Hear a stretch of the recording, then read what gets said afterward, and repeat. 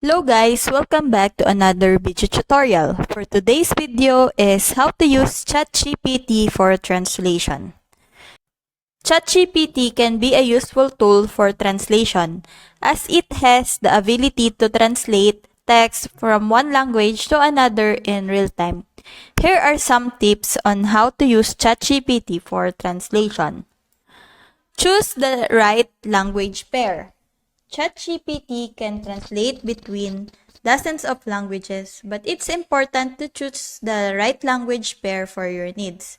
For example, if you're translating a document from English to Spanish, make sure you selected the correct languages to ensure accurate translation.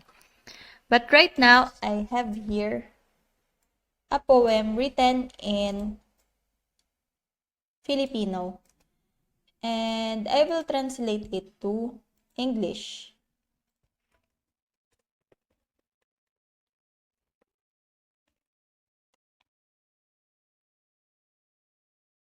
Use simple and clear languages. To get the most accurate translation results, it's important to use simple and clear language that is easy for ChatGPT to understand. Avoid using complex sentences structures or technical jargons, which can be difficult for the system to interpret. Check for accuracy. While ChatGPT is a powerful tool, it's important to double-check the accuracy of the translation before using it in a professional setting.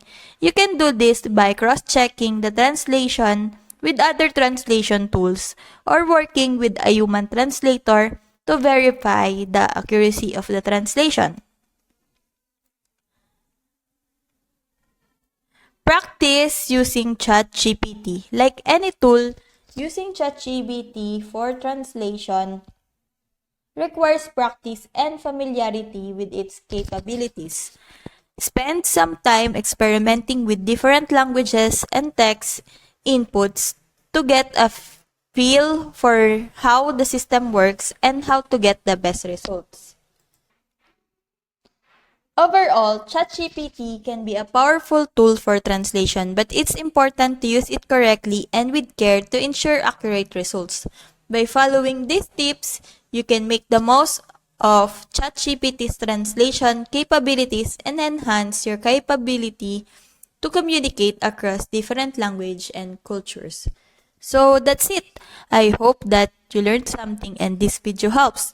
If you have any questions or comments, kindly put it in the comment section below and make sure to subscribe and like to our channel. Thanks!